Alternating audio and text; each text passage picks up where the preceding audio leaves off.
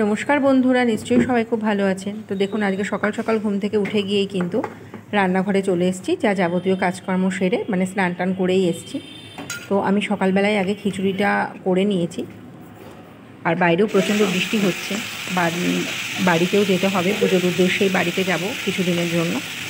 তার জন্যই দেখুন খিচুড়িটা যেহেতু আমি প্রেশার কুকারে করে নিয়েছি, আর এদিকে কিন্তু আমি দেখুন আলু যে ভেজিটেবলসগুলো আমার বাড়িতে ছিল, আলু, বিনস আর গাজর, আর তার সাথে কিছু কাঁচা লঙ্কা দিয়ে কিন্তু আমি এটা কেটে নিয়ে নুন হলুদ মাখিয়ে কিন্তু এটা একটু ভাজা ভাজা করে নিয়েছি।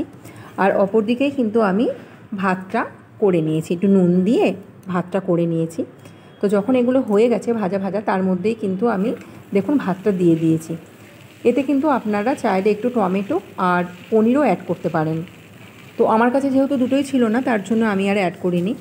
আর দেখুন শেজওয়ান সস দিলে কিন্তু এটা খুব সুন্দর লাগে খেতে, তার জন্যই কিন্তু আমি এর মধ্যে পরিমাণ মতো শেজওয়ান সস দিয়ে দিয়েছি। এরপরে এটা আর একটু মিষ্টি দিয়ে দিয়েছি, তারপরে কিন্তু নাড়িয়ে চাড়িয়ে আমি এটা নামিয়ে নিয়েছি। আর চারটে যে টিফিন কৌটো আছে প্লাস্টিকের, সেই টিফিন কৌটোর মধ্যে একটু ঠান্ডা করে ভরে নিয়েছি। আর আমার কাছে একটুখানি চাটনি ছিল, মানে ধনিয়া পাতা দিয়ে আমি একটু বানিয়েছিলাম টমেটো দিয়ে, সেই চাটনিটাও আমি একটু নিয়ে নেব। তার সাথে একটু টেস্টি হয়। আর বাড়িতে যাওয়ার সময় যত বাইরের খাবারটা যত অ্যাভয়েড করা যায় আর কি, তার জন্যই কিন্তু আমি একটু করে নিয়েছি এই টিফিনটা। আর ওরাও কিন্তু খুব ভালো খেয়ে নেয়।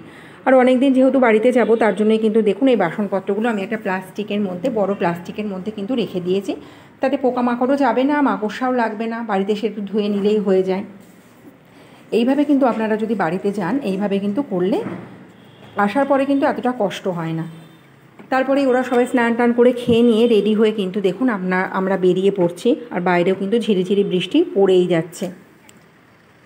তো ওরা উঠে গেছে আর বাড়িতে যাচ্ছি, এটা শুনেই মনটা খুব আনন্দে ভরে যায়। আর একদিকেও মনে হয় যে আবার তো বাড়ি থেকে চলেই আসতে হবে, সেটাও একটা বিষণ্ণতা থাকেই মনের মধ্যে। তবু আনন্দটা তো আনন্দভাবেই নিই। তো যাচ্ছি দেখুন।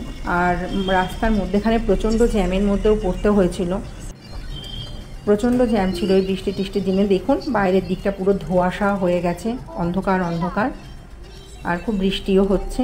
তার সাথে আমরা একটু অনেক আগে করেই বেরিয়েছি। আমাদের 12টায় ট্রেন ছিল, 12টা 20-তে আমরা অনেক আগেই বেরিয়ে পড়েছি। দেখুন আমরা স্টেশনেও ঢুকে গেছি, কারণ এরপরে যদি আরও মুষলধারে বৃষ্টি হয় হয়তো বেরোতে পারলাম না, এরকম হতে পারে। তো স্টেশনের ভেতরটাও আপনাদেরকে দেখাবো।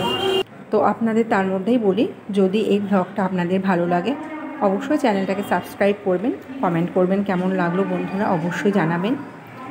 তো ওরাও খুব আনন্দ করতেই যাচ্ছে। দেখুন এখানে এসে ফোনও করা হয়ে গেল বাড়িতে, যে আমরা কিন্তু স্টেশনে চলে এসেছি, আমরা কিন্তু বাড়িতে আসছি। আমার বাবাকেই বলে যে তুমি কিন্তু স্টেশনে চলে আসবে, শিয়ালদা স্টেশনে কিন্তু তুমি চলে আসবে আমাদেরকে নিতে। সেইগুলো এখন থেকেই বলা হয়ে যায় ওদের। তো খুব খুশি আনন্দ নিয়ে আমরা বাড়িতে যাচ্ছি।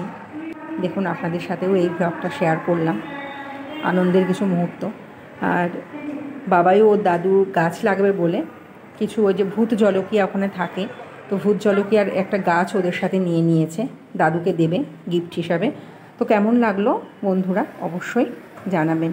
আর এতক্ষণ ধরে ব্লগটা দেখার জন্য ধন্যবাদ, অনেক ধন্যবাদ আপনাদেরকে। আপনাদেরও পুজো ভালো কাটুক এটাই কামনা করি। পরবর্তী ভিডিও বাড়িতে গিয়ে দেখাবো আপনাদেরকে।